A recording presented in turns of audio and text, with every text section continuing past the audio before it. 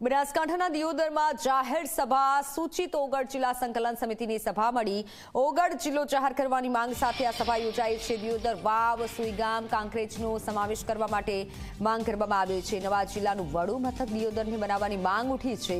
સ્થાનિક આગેવાનો અને લોકો સભામાં જોડાયા। તમામ કચેરીઓ અહીં આવેલી હોવા છતાં પણ અમારી આ વાતને સરકારને અમારે વિનંતી કે જો આ જિલ્લા બાબતે પુનઃ વિચારણા કરવામાં નહીં આવે તો અમે પ્રજા સાથે રહી અને પ્રજા જે આંદોલનનો માર્ગ અપનાવશે એની સાથે રહીશું। તો સરકારે જે અમારો હક હતો એ હક અમારો છીનવી લીધો છે, એટલે સરકાર અમને અમારો હક આપે એના માટે અમારી સરકારશ્રીને વિનંતી છે કે આ બાબતે પુનઃ વિચારણા કરી અને ઓગળ જિલ્લો બનાવે એવી સરકારશ્રીને વિનંતી। અસ્તુ ભારત માતા કી જય। આભાર ભવાનજી ઠાકોર।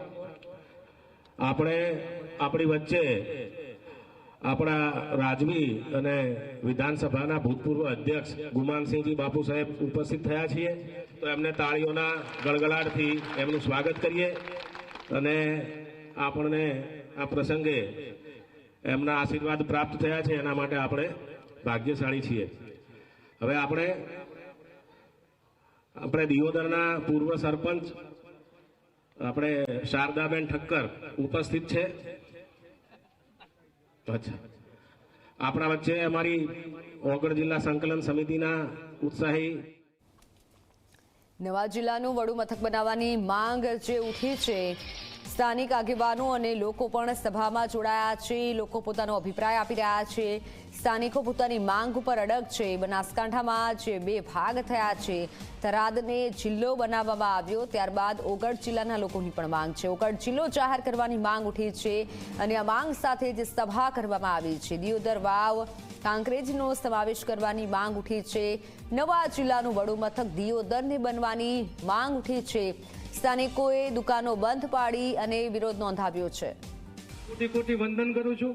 સાથે સાથે દિયોદરના આપણા સરપંચ શ્રી, ભારતીય જનતા પાર્ટીના તમામ આગેવાન મિત્રો શ્રી, રાષ્ટ્રીય કોંગ્રેસ પ્રમુખ શ્રી, તમામ આગેવાન મિત્રો, આ જે જનતા છે નથી ભાજપની નથી કોંગ્રેસની, એક જ વાત લઈને આવી છે, ભુવાજી આવી છે કે ઓગળ જિલ્લો અમારો બને અને અમને ન્યાય મળે, એ વાત લઈને અમે આજે આવ્યા છીએ। આજે આપ પત્રકાર મિત્રોને પણ વિનંતી કરું છું કે આપ જોઈ રહ્યા છો, આ પ્રજા છે, આ પબ્લિક છે, એ કોઈ અમારા ભાડા આપવાથી નથી આવી, સૌ ખર્ચે આવી છે। એક રૂપિયો કોઈને અમે ખર્ચો કર્યો નથી। આ સ્ટેજ અને પાથરણા સિવાય અમારે એક નવો પૈસાનો પણ ખર્ચો કરવાનો થતો નથી। અમે એવા મોટા બિલ્ડર લોબીમાંથી નથી આવતા કે અમે લાખો રૂપિયા ખર્ચી શકીએ, પરંતુ અમારે આ પ્રજા છે, એ આ મિત્રો છે, જે વેપારીઓ છે, એ સહકાર આપ્યો છે।